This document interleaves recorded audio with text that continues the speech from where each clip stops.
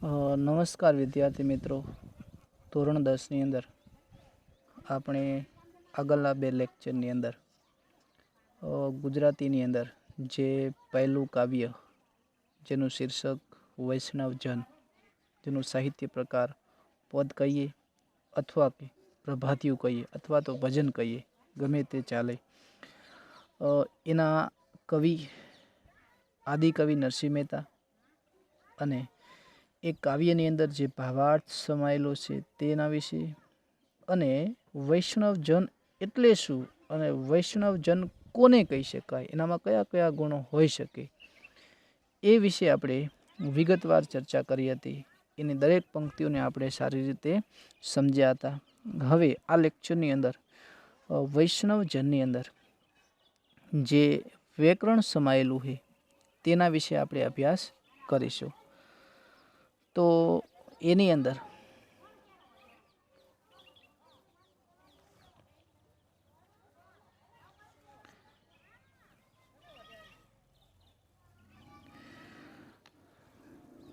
પહેલો પ્રશ્ન, સાચી જોડણી વાળો શબ્દ શોધીને લખો. આપણે જ્યારે પણ કાવ્યની શરૂઆત કરી હતી તો એની અંદર ઘણા બધા એવા શબ્દો હતા જે આપણે સાચી જોડણીને મેં તમને ટીક કરાવ્યા હતા. તો આની અંદરથી આપણે સાચી જોડણી શોધીને લખવાની છે. દુઃખ શબ્દ એક તો સાચું છે,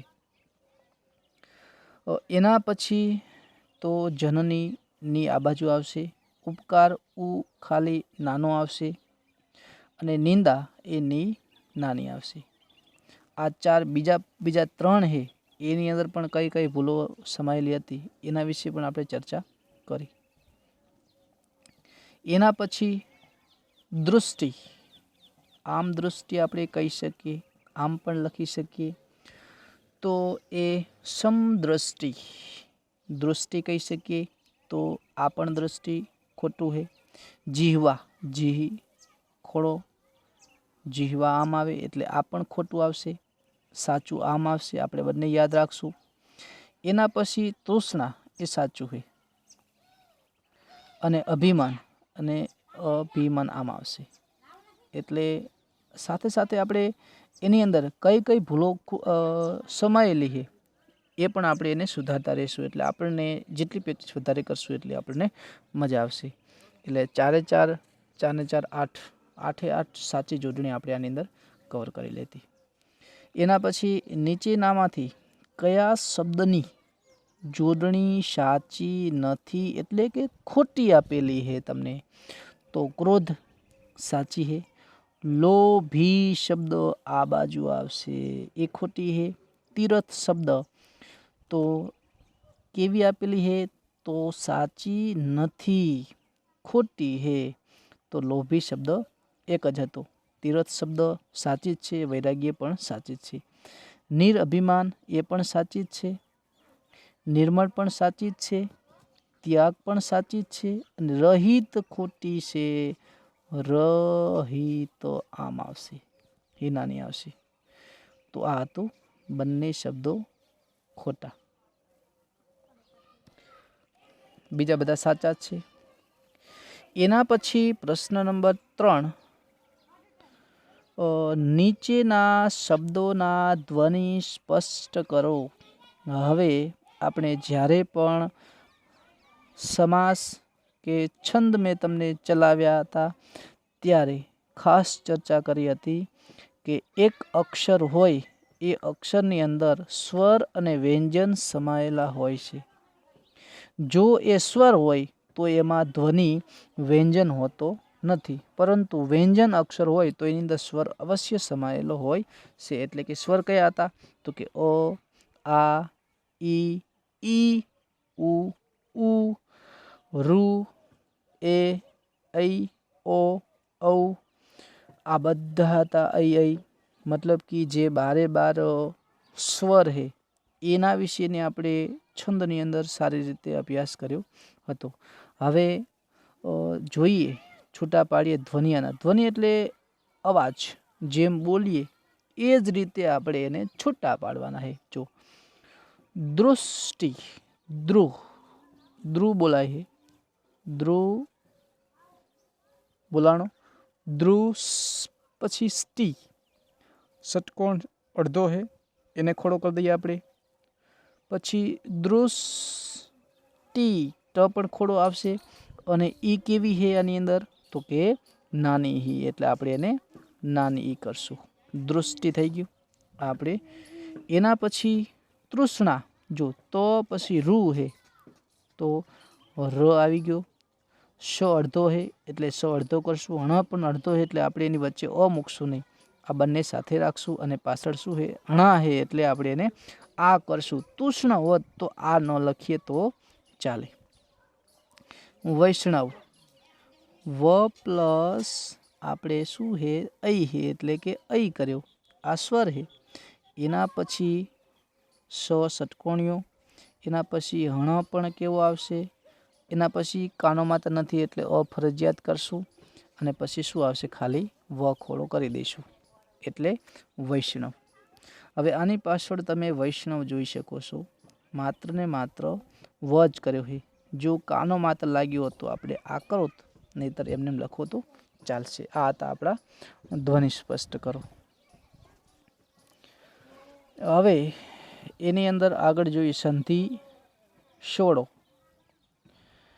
તો સંધિ સોડોની અંદર નિર્મળ, નિર જો વાંચીએ શું નિર અથવા નિષ્મળ, નિશ એટલે વિનાનું, મળ એટલે અશુદ્ધ, એટલે જે મળ એટલે મળ કહીએ આપણે એને, એટલે અશુદ્ધ હોય એને મળ કહી શકીએ, એટલે કે જેમાં મળ નથી તેવું, એટલે કે એકદમ પવિત્ર, એકદમ શુદ્ધ કહી શકીએ.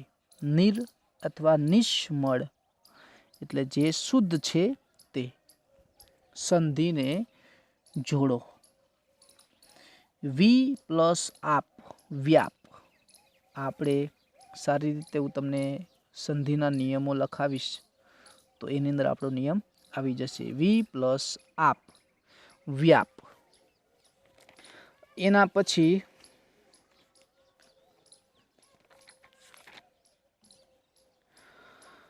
બીજા ઉદાહરણ જોવું હોય તો રામાયણ હોય તો રામ પ્લસ અયન થાય. શ્રદ્ધા હોય તો શ્રદ્ધ પ્લસ ધા કહી શકીએ આપણે. નિર્ભેળ કહીએ આપણે તો નિર પ્લસ ભેળ, એ પણ એવો એવો શબ્દ છે. નિષ્ભેળ, નિર્મળ જીવન જેવો નિષ્ભેળ કહી શકીએ આપણે એને. ઉદાસ, ઉદ પ્લસ આસ કહી શકીએ. આવા તો ઘણા બધા સંધિ જોડો અને છોડો હોઈ શકે. એના પછી આપણે આવશે સમાસ. સમાસનો આપણે ટોપિક સારી રીતે ચાલ્યો છે, અને એમાં પણ આપણે ખાસ હમણે 2 કે 3 એની ટેસ્ટ પૂરી કરી છે, એટલે હું આશા રાખું કે તમને સમાસ સારી રીતે આવડતા હશે. વૈષ્ણવજન, વિષ્ણુ ભગવાનનો ભક્ત, કર્મધારય સમાસ થઈ શકે. પછી પરધન, ધન તો હે પણ કોનું હે બીજાનું. હવે પર એટલે બીજાનું શબ્દ આવ્યું, વિશેષણ બીજાનું, તો આગળ કર્મધારે પણ સમાસ થઈ શકે અને તત્પુરુષ સમાસ પણ થઈ શકે. રામનું બાણ, રામ નામ, રામનું નામ, તો એને આપણે શું કહી શકીએ, નું પ્રત્યે લાગ્યું એટલે તત્પુરુષ સમાસ. એના પછી નીચેના સમાસનું ઉદાહરણ આપો. કર્મધારે સમાસ હોય તો સમદ્રષ્ટિ. હવે આવું આપણે પૂછાતું નથી, પણ એવું પૂછી નાખે સમદ્રષ્ટિ સમાસ. તમને સામે આ 3 ઓપ્શન હોય, કૌંસમાં 3 જ હશે. સમદ્રષ્ટિ, સરખી દ્રષ્ટિ, તો દ્વંદ થઈ શકે નહીં, બહુવ્રીહી પણ ન થઈ શકે. કયો થઈ શકે, કર્મધારે સરખી દ્રષ્ટિ, વિશેષણ આગળ મુકાયેલું છે એટલે આપણે એને કર્મધારે સમાસ કહી શકીએ.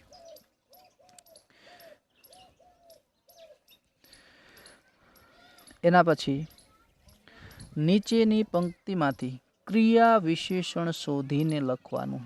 વિશેષણ તો આપણે ઓળખી શકીએ કે વિશેષણ તો ગુણમાં વધારો કરતું હોય, પણ આ તો ક્રિયા. વિશેષણ તો હોવું જોઈએ, પણ વિશેષણની અંદર પણ ક્રિયા સમાયેલી હોવી જોઈએ. પર ધન નવ જાલે હાથ. હવે વિશેષણ શું, ઝાલવાની ક્રિયા છે, અને વિશેષણ ઝાલવાની ક્રિયાની આગળ હોય એ તો શું આવશે આની અંદર, નવ શબ્દ. ઝાલવાની ક્રિયા છે, ક્રિયાની આગળ જે શબ્દ મુકાયેલો હોય તો એને આપણે ક્રિયા વિશેષણ કહી શકીએ. એના પછી અલંકાર ઓળખાવો. નીચેની પંક્તિમાં અલંકાર ઓળખાવો. અલંકાર પણ આપણે સારી રીતે સમજ્યા છીએ ઉદાહરણ સાથે. સકળ લોકમાં સૌને વંદે, નિંદા ન કરે કે ની રે, વાંચ કાચ મન નિચ્છલ રાખે, ધન ધન જનની તીરની લે. મેં જ્યારે પણ કાવ્ય ચલાવ્યું ત્યારે મેં તમને પહેલી જ પંક્તિમાં સમજાવ્યું હતું કે આ બંને છેલ્લા શબ્દોનો પ્રાસ મળી આવે એટલે આપણે અંત્યાનુપ્રાસ. અંત્ય એટલે છેલ્લા પંક્તિ, પહેલી પંક્તિ અને બીજી પંક્તિના છેલ્લા શબ્દો જો મળી આવતા હોય તો એને આપણે અંત્યાનુપ્રાસ અલંકાર કહીએ છીએ. હવે એના પછી શબ્દ સમૂહ માટે એક શબ્દ આપો. લોભ જેનામાં ન હોય તેવી વ્યક્તિ વણ લોભી. વણ એટલે વિનાનું, લોભ વગરનું, વણ લોભી. સૌની તરફ જોનાર સરખી દ્રષ્ટિથી સૌને જોનાર એમ પણ આપણે કહી શકીએ તો સમદ્રષ્ટિ. સંસાર પ્રત્યે રાગ, આસક્ત કે મોહ માયા ન હોય તેવી વ્યક્તિ આપણે વૈરાગ્ય કહી શકીએ. એવી જગ્યા જે પવિત્ર કે યાત્રા માટે જાણીતી હોય તો એને ધાર્મિક સ્થળ કહીએ અથવા તીર્થ પણ આપણે કહી શકીએ.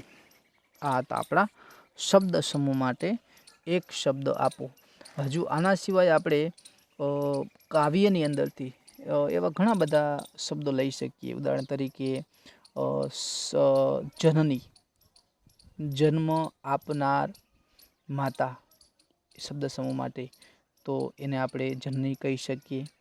એના પછી નિર્મળ, જે એકદમ પવિત્ર અને શુદ્ધ છે તે શબ્દ સમૂહ માટે નિર્મળ કહી શકીએ. જેને કાયમને માટે તૃષ્ણા, લાલચ ત્યાગી દીધું હોય એને આપણે વણલોભી કહી શકીએ. અને જેનાથી આપણે વાણી બોલી શકીએ છીએ તેને જીહવા પણ આપણે કહી શકીએ. તો આના સિવાયના ઘણા બધા એવા કાવ્યની અંદર સમાયેલા શબ્દો હતા જેને શબ્દ સમૂહ માટે એક શબ્દ આપણે આપી શકીએ. વૈષ્ણવજન, વિષ્ણુ ભગવાનની ઉપાસના કરનાર વ્યક્તિ શબ્દ સમૂહ માટે એક શબ્દ વૈષ્ણવજન એવો શબ્દ પણ ક્યારેક પૂછી નાખીએ. એના પછી રૂઢિ પ્રયોગ, રૂઢ બનેલા પ્રયોગ શબ્દ. તાળી લાગવી, લગની લાગવી, ભજન કરવાની તીવ્ર ઈચ્છા જાગવી, લીન થઈ જવું, તલ્લીન થઈ જવું એમ લખો તો પણ ચાલશે. 71 કુળ તારવા, તો બધા વડવાઓનો ઉદ્ધાર કરવો. બધા જ આપણા કુળના વડવાઓ હતા તેને મોક્ષ પ્રાપ્ત કરાવવું, એને આપણે ઉદ્ધાર કરવો કહી શકીએ છીએ. સમાનાર્થી શબ્દ આપો, તો નીચેના શબ્દોના સમાનાર્થી શબ્દો લખવાના છે. તો એમાં પણ કેવું હશે પરીક્ષાની અંદર, ધારો કે તમને એક શબ્દ આપેલો હોય નિંદા શબ્દ, તો એની સામે તમને 3 ઓપ્શન આપેલા હશે. એમાંથી તમારે એનો સમાનાર્થી શબ્દ શોધીને લખવાનો હશે. નિંદા એટલે વગોવણી કહી શકીએ આપણે, કપટ એટલે છળ કપટ પણ કહી શકીએ, અને વૈરાગ્ય એટલે આસક્તિ પણ કહી શકીએ, દ્રષ્ટિ એટલે નજર પણ આપણે એને કહી શકીએ. એટલે પ્રશ્ન કેવી રીતે પૂછાશે? સમાનાર્થી શબ્દ એક હશે, એની સામે બીજા 3 તમને ઓપ્શનમાં આપેલા હશે. એ 3માંથી તમારે એનો સાચો જવાબ સમાનાર્થી શબ્દ શોધવાનો હશે. હવે વિરોધાર્થી શબ્દ હશે એ પણ એવો જ હશે. એ પણ કેવો હશે? એક આપેલો હશે અને એની સામે તમને જે 3 ઓપ્શન હશે એની અંદરથી તમારે વિરોધાર્થી શબ્દ શોધવાનો રહેશે. ઉદાહરણ તરીકે પરાઈ, પરાઈ એટલે બીજાની હોય તે, અને આપણે પોતાની કહીએ એને. નિર્મળ એટલે અશુદ્ધ, અને એનું શું થયા? નિર્મળ એટલે એકદમ શુદ્ધ, અને એને સામે આપણે કહી શકીએ કે મલિન. મલિન એટલે મેલું, ગંદુ, અશુદ્ધ કહી શકીએ. સત્ય, અસત્ય. વણલોભી, લોભી. નિંદા એટલે વગોવણી કહી શકીએ, એની સામે વિરોધાર્થી વખાણ. પણ ખાસ યાદ રાખશું એની અંદર આપ વિરુદ્ધનું ચિહ્ન, ગુણાનું ચિહ્ન આપણે મૂકીએ છીએ. એટલે આવું તમારે પરીક્ષામાં નહીં પૂછાય, પરંતુ એક પ્રશ્ન શબ્દ આપેલો હશે એની સામે તમારે 3 વિકલ્પ હશે, એમાંથી સાચો જોઈને લખવાનો હશે. સમ, વિષમ. દઢ એટલે નક્કી કરેલું, અને ઢીલું પણ કહી શકીએ આપણે, અને રહિત અને સહિત. આ હતા વિદ્યાર્થી મિત્રો આપણા વિરુદ્ધાર્થી શબ્દો। હવે એના પછી તળપદા શબ્દોનું ગુજરાતી ભાષાની અંદર શિષ્ટ રૂપ આપો। મોસ્ટ આઈએમપી અને સારામાં સારું કહી શકીએ કે આપણે આપણી ભાષાની અંદર જે તળપદા ગામડાની બોલીના જે શબ્દો હોય એના શબ્દોને આપણે ગુજરાતી ભાષાની અંદર જે વપરાતા ચોક્કસ અર્થ ધરાવતા શ્યોર શબ્દ જે ભાષાની અંદર ચોક્કસ અર્થ સૂચવતા હોય એવા શબ્દોનો આપણે અર્થ તળપદા શબ્દોનો શિષ્ટ રૂપ આપવાનું છે। તોય એટલે તો પણ, આણે એટલે લાવે। પછી કાચ શબ્દ મસ્ત આઈએમપી, કાચ એટલે કાછડી અથવા ચારિત્ર્ય, ઝાલે એટલે પકડે, તીરથ એટલે તીર્થ, પછી ભણે એટલે કહેવું, અને દર્શન એટલે દર્શન, કેની એટલે કોઈની। આ હતા આપણા તળપદા શબ્દોનો શ્રેષ્ઠ રૂપ આપો। વિદ્યાર્થી મિત્રો, આના પછી આપણે પ્રત્યય જોવાના છે। હવે પ્રત્યયની અંદર આપણે ખાસ ધ્યાન રાખશું તો પૂર્વ પ્રત્યય એટલે શું? પૂર્વ પ્રત્યય એટલે કોઈ પણ શબ્દ હોય એની આગળ જ્યારે પ્રત્યય લાગે તો એને આપણે પૂર્વ પ્રત્યય કહીએ, અને પાછળ લાગે તો એને પર પ્રત્યય કહીએ। હવે આની અંદર શું શોધવાનું કીધું હોય? પૂર્વ પ્રત્યય, અને પૂર્વ પ્રત્યય એટલે આગળ। હવે જોઈએ તો નીચેના શબ્દોમાંથી જેને પણ પૂર્વ પ્રત્યય લાગ્યો હોય એવો શબ્દ આપણે શોધવાનો છે। હવે જનની શબ્દ છે એને પ્રત્યય લાગ્યો નથી। એના પછી અભિમાન છે, માન શબ્દ મુખ્ય છે એની આગળ શું લાગ્યું છે? તો અભી શબ્દ લાગ્યો છે, એટલે એની આગળ શબ્દ લાગેલો છે એટલે પૂર્વ કહી શકીએ। પરાયની અંદર પણ લાગ્યો ઈ લાગેલો છે। જનનીની પાછળ નથી લાગ્યો પણ પરાયની પાછળ ઈ લાગેલો। વૈષ્ણવ ખાલી કઈ જગ્યાએ પણ એની અંદર પ્રત્યય નથી, પણ અભિમાનની અંદર આગળ પ્રત્યય લાગેલો છે। એના પછી બીજાની અંદર નિશ આગળ લાગેલો છે। નિશ શબ્દ લખીએ તો છૂટો પાડીએ તો આ આગળ નીકળે છે। મળ તો મુખ્ય શબ્દ છે, નિશ એટલે વિનાનું, એટલે મુખ્ય શબ્દ શું છે? મળ। નિશ એટલે વિનાનું, તો નિશ શબ્દ એ આગળ લાગ્યો એટલે આપણે એને પૂર્વ પ્રત્યય કહી શકીએ। ત્યાગીને એકે પ્રત્યય લાગેલો નથી, જીહવાને પણ નથી, અને તીરથને પણ નથી, એક જ શબ્દ એવો છે। હવે એના પછી નીચેના શબ્દોના અર્થ આપો। ઉપકાર, અપકાર, નિંદવું અને નીંદવું, તો એના આપણે શું કહીએ? અર્થભેદ કહી શકીએ। અર્થભેદ, ઉપકાર ભલું કરવું અથવા કલ્યાણ કરવું તે, તો ઉપકાર એટલે ભલું કરવું, અને અપકાર એટલે શું? તો કે હાનિ પહોંચાડવી, નુકસાન કરવું એનું। નીંદવું એટલે વગવણી। બંને શબ્દો અર્થભેદ એટલે તાત્વિક ભેદ અંદર સમાયેલો હોય। નથી કહેતા આપણે ગોળ, આ ગોળ અને બીજું આ ગોળ, બંનેની જોડણી સરખી હોય પરંતુ એને બોલીએ ત્યારે એની અંદર અર્થ પણ જુદા જુદા હોય। એવી જ રીતે આની અંદર પણ એવું છે, ઉપકાર અને અપકાર। ઉપકાર એટલે બીજાનું ભલું કરવું, કલ્યાણ કરવું, અપકાર એટલે બીજાને નુકસાની પહોંચાડવી। નીંદવું એટલે વગોવણી કરવી, નિંદા ન કરે કે એની રે વગોવણી કરવી। અને નીંદવું એટલે આપણે જે ખેતી કરીએ એની અંદર જે બે છોડવા સિવાય જે બિનજરૂરી ઘાસ ઉગી નીકળે નીંદવું કહીએ, તો છોડની આજુબાજુમાં નકામું ઘાસ ઉગી નીકળે એને આપણે દૂર કરીએ તો એને આપણે શું કહીએ? નીંદવું કહી શકીએ। એટલે અર્થભેદ આપો એવો વાક્યની અંદર પૂછાઈ શકે। નીચેના શબ્દોમાંથી હવે પર પ્રત્યય, પર એટલે પાછળ, ઓલા પૂર્વ હતા, પૂર્વ એટલે આગળ, અને પર એટલે પાછળ। લોભીની શબ્દની પાછળ ઈ લાગ્યું, લોભ શબ્દ મુખ્ય છે, પાછળ શું લાગ્યું છે? ઈ લાગ્યું છે। એના પછી ઉપકાર, કાર ઉપ આગળ પ્રત્યય લાગે એટલે પૂર્વ પ્રત્યય છે, પણ આની અંદર શું પૂછ્યું છે? પર પૂછ્યું એટલે એ આવશે નહીં। પર ધન, ધન હે એની આગળ શું લાગ્યું છે? પર એટલે બીજાનું, એ પણ પૂર્વ પ્રત્યય છે। પર સ્ત્રી એ પણ પૂર્વ પ્રત્યય એટલે એ પણ આવશે નહીં, બાકી કયું હતું? એક જ, લોભી। આમ લખશું, આમ શોધતો શો પણ, એટલે આની અંદર ખોટા કયા વપરાયેલા છે એ શોધી નાખો, પછી જે સાચું વધે ને એક જ બચે એ આપણું સાચું હોય। એટલે ખોટાથી સાચામાં જશો તમે, ત્રણે ત્રણમાંથી સાચું શોધશો તો શાયદ નહીં ખબર પડે, પણ આમાં ખોટા કયા છે એ પહેલાં આપણે પકડશું ને તો આરામથી એને પકડી લઈશું. પછી વર્ણલોભી. હવે લોભ શબ્દ મુખ્ય છે, આગળ શું લાગ્યું છે? વર્ણ. આગળ લાગે એટલે પૂર્વ, એટલે આપણે એ હોઈ શકીએ નહીં. અસત્ય, સત્યની આગળ અ લાગ્યો છે એટલે એ પણ ન હોઈ શકે. પરાઈ. હવે સમ દ્રષ્ટિને લઈએ આગળ, તો સમ એટલે એ પણ આગળ લાગ્યું એટલે આ પણ ન હોઈ શકે. બાકી કયું વધ્યું? ઈ. તો પરાઈ શબ્દ એક જ નીકળે છે. વિદ્યાર્થી મિત્રો, આ તો આપણું વૈષ્ણવજન જે કાવ્ય હતું એની અંદર જે વ્યાકરણ સમાયેલું છે એના વ્યાકરણ વિશે આપણે અભ્યાસ કર્યો હતો. આની અંદર જે પણ વ્યાકરણની અંદર જે ટોપિકો ચાલ્યા એના સિવાય પણ હજુ કાવ્યની અંદર ઘણા બધા શબ્દોનો વ્યાકરણ સમાયેલું હોય એવા શબ્દો જો તમને ક્યાંય જાણમાં આવે તો આપણે કાવ્ય ચલાવશું. જ્યારે શાળા ચાલુ થાય ત્યારે આપણે એની વિગતવાર ચર્ચા કરીશું. પરંતુ આના સિવાય ક્યાંય પણ કાવ્યની અંદર પ્રશ્નો હોય, ક્યાંય પણ પંક્તિ ન સમજાવી હોય તો એ પંક્તિ કે કાવ્ય વિશે જે પણ પ્રશ્નો હોય એ મને પર્સનલની અંદર SMS કરવો. હવે આના પછીના લેક્ચરની અંદર વિદ્યાર્થી મિત્રો આપણે એક નવો પાઠ, જે પાઠનું નામ આપણે રેસનો ઘોડો કહી શકીએ, એ પાઠ વિશે આપણે વિગતવાર અભ્યાસ કરીશું. ત્યાં સુધી અસ્તુ.